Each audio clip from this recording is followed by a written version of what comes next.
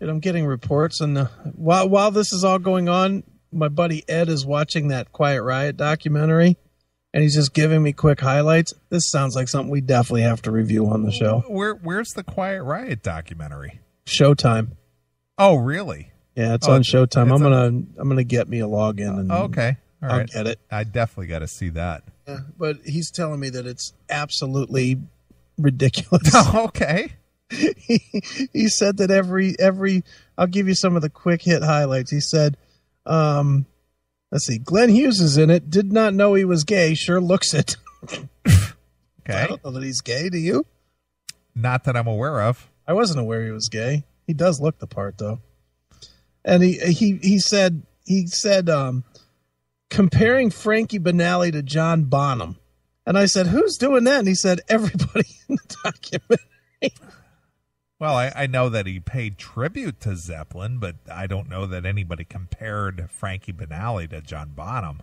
Yeah. And he said that Frankie compared Quiet Riot's success to Beatlemania. What? I didn't know any girls standing up there crying. Yeah, I know. Or people wanting to look like, the members of Quiet Riot. He said that there's a scene that shows Kevin and Steven Adler doing lines of coke. Okay, I can believe that. And he said that there's too many shots of Kevin Dubrov's ball sack hanging out. All right. Like, what the hell is this documentary? Wow. And I would say we could ask Frankie to come on the show, but that's not going to happen. He's skittish of us. He's done with the classic metal show. Yeah, Could you guys submit your questions first? No, we're not doing that. No, we're not doing that. Not for Frankie Banali. No. Not for anybody else. Not for Metallica. Not for anybody. No, we won't. Which I still don't understand why he's mad at us. He's mad at us because Blabbermouth reported something he said. Yeah, well, and also CC Banana. Remember CC Banana? Yeah. He basically, exacerbated the same thing that we said, and he just not we, me, not you. The problem wasn't what we said. The problem was his answer. True, but he didn't like the fact that we asked it. That's the thing. He didn't like having to answer for something, even though it was a legitimate question. But he could have just said no comment, or I'm not talking about that. Right. But it was during that whole WASP thing. Yeah, I know. During I remember the whole it was Neon about God Crypt thing. Idol or something, yeah, right? No, it's the whole Neon God thing. Oh, one of them records, right? Yeah.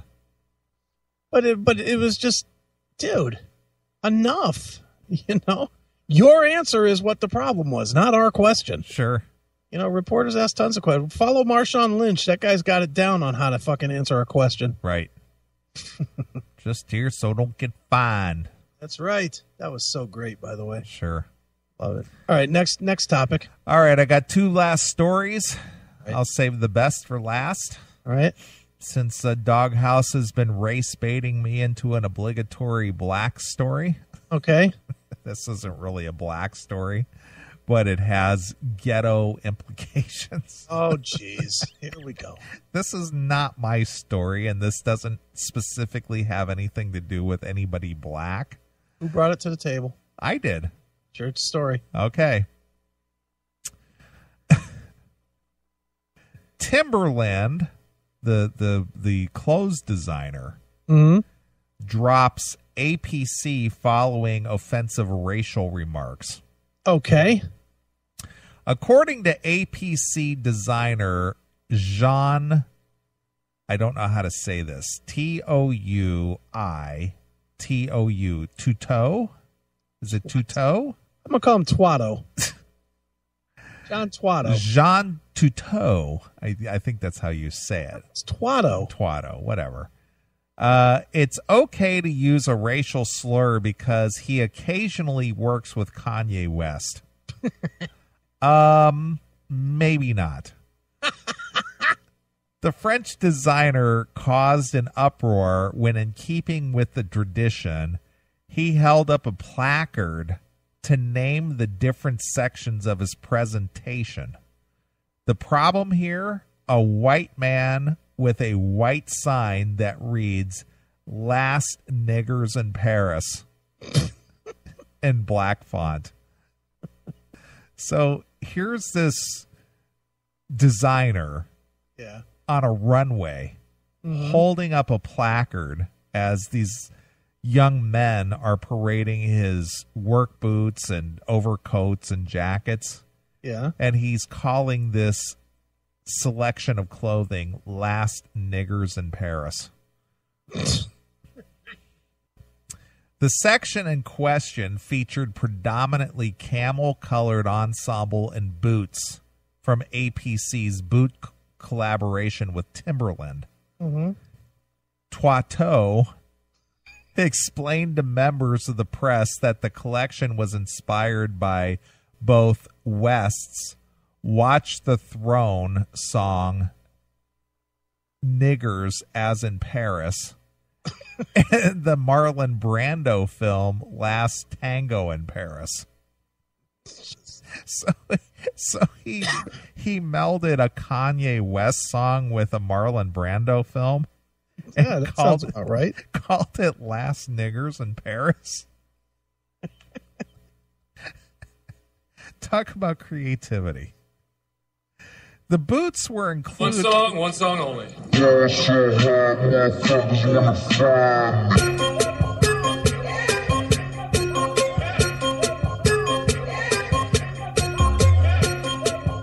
I can't even stand that.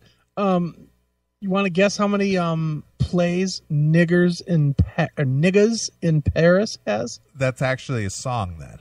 Yeah, that's the name. That's the most popular song on the Kanye West page on Spotify. Well, let's see. We did the whole thrift shop thing, and we did and I know those had millions.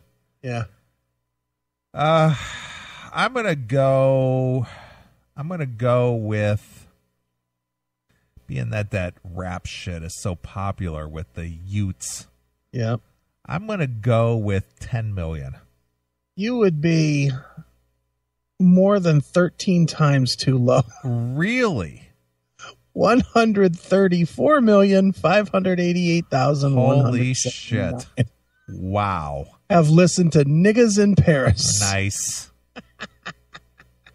Wow. Unbelievable. Sure. All right, go ahead. The boots were included because, as he explained to Style.com, the shoe brand, quote unquote, is a very strong ghetto signifier. Wait a minute. These are work boots? These are Timberland work boots. And they represent the ghetto? That is current trend in ghetto wear. Okay. That's what he's saying. All right. Doesn't fit the stereotype, but okay. The shoe brand is a very strong ghetto signifier. So here again, be it fashion, which I could give two shits about. Right. We're glorifying the ghetto thug lifestyle. Am I wrong in thinking that the ghetto is poor? It is. So then why would the ghetto poor people have these fucking fashion boots? Well, because it's just like, I don't know if you remember back in the early to mid 2000s, the big ghetto fashion to be somebody in the ghetto was they adopted the Tommy Hilfiger brand. Oh yeah. That was a big deal. Mm-hmm. So now Timberland is now the current ghetto fashion. Oh, okay. That's what I'm being told anyway. Well, there we go. I mean, who knew that Timbaland was had taken over, and what happened to Sean John, or what was that one called? I don't know, dude. I don't pay attention to that stuff. P. Diddy brand? Yeah. But anyway, Timberland, taking offense to the entire offensive situation, has now decided to immediately cut ties with APC despite the fact that the partnership launched less than a week ago. So 1 week. 1 week. You're out. Yep. We have chosen to immediately terminate our involvement with the APC brand. Simply stated, this kind of language and approach is in complete contrast with our values. The U.S.-based company said in a statement, Timbaland seeks to collaborate with designers and brands who are at the forefront of lifestyle trends. Equally important, they must also share our values. We will not tolerate offensive language or racial slurs of any kind being associated with the Timbaland brand. Oh, wow. Well, again, I know nothing about fashion and whatnot, but how much design could possibly go into camel color work boots? Not a lot. I mean, work boots have been around for decades and decades. How much more different style could you add to that? And they've always been camel colored, really? Yeah, really. So what can you really do that's different? Put a tag that says Timbaland on the back. I guess. I mean, honestly, I'm looking at the picture right now. Yeah. Like every other fucking pair of work boots. Yeah, so what makes this designer so special? That last niggas in Paris sign, apparently. I guess. This is not Timberland's first time getting embroiled in an unfortunate racial tension.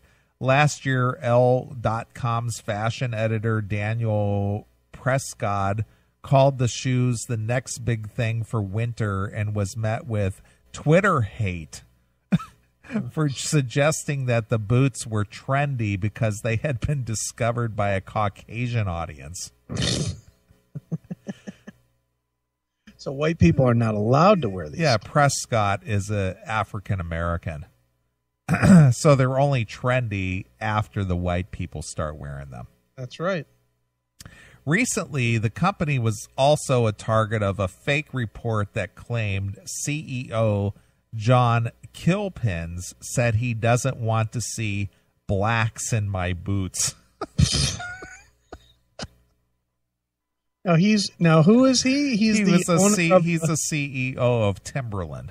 I thought he owned one of the basketball teams in L.A. No, that would be Sterling. Oh, Sterling. Right. This is John Kilpins. Oh, Kilpins. Kilpins. You see how I could make that mistake? Sure. Undeniably, Tim's, more specifically the classic premium waterproof boots, are a fashion staple favored by rap, hip-hop, and R&B stars. They're called Tim's? That's what they call them, Timbs. Tim's. Okay. The brand has taken a significant step forward by publicly denouncing the French designer. We can only imagine what the outspoken West will have to say once he decides to make a statement. Okay. So this guy playing into the whole gangsta rap ghetto style. Yeah. And so he calls it for what they call it, and then he gets fired for it. Exactly. That seems about right. Yeah. So anyway. Did you see Nathan from Kentucky in the chat room? No. What do you do now? Look in there and read his comment. His last comment. Let's see here. Nathan from Kentucky. Work boots for people who don't like work. Weird. Yep. Yeah, somebody had actually made a statement very similar to that on the comment section of that story, too, as well. But anyway. We're going to have to see this documentary. Well, he's just going on and on about it. He's going on and on. He's lots of sad Frankie talking about Kevin Dubrov's death. The whole thing is a big Frankie Banali ego show. Of course it is. He's pissed because the Grammy Awards didn't honor Kevin Dubrov's death. What the fuck? No one gave a shit. Oh, boy. I can't wait to see this. It's almost like Eddie Trunk. You know, I haven't been recognized for my contributions and my greatness, and I'm really upset about it. Mm-hmm. So I need to go out and, make everything about me. Dude, the whole thing with Quiet Riot, I mean, they do have a place in history. Sure they do. They were the first, first million selling metal band. Yeah, exactly. You know, and I get that, and I get Metal Health was huge. Sold 5-6 million copies, whatever. You know, but then what? There was nothing before and there was nothing after. I honestly, was there nothing they did after? Nothing that was groundbreaking or even good. Yeah, I agree. I mean, quite honestly, I don't hate Quiet Riot, but there's no record other than Metal Health I will ever listen to. Sure. You know, I can't imagine pulling out Condition Critical. I mean, I can remember because I was working at the record store when that came out. Yeah. We couldn't keep enough of that on the shelf. And this was before CDs. Right. Metal Health? Yeah. Yeah. Okay. Record or tape. Yeah. We were sold out. We got our drop every Tuesday. Right. Mm-hmm. We were sold out every week before the next drop came. Right. Every week. Gone.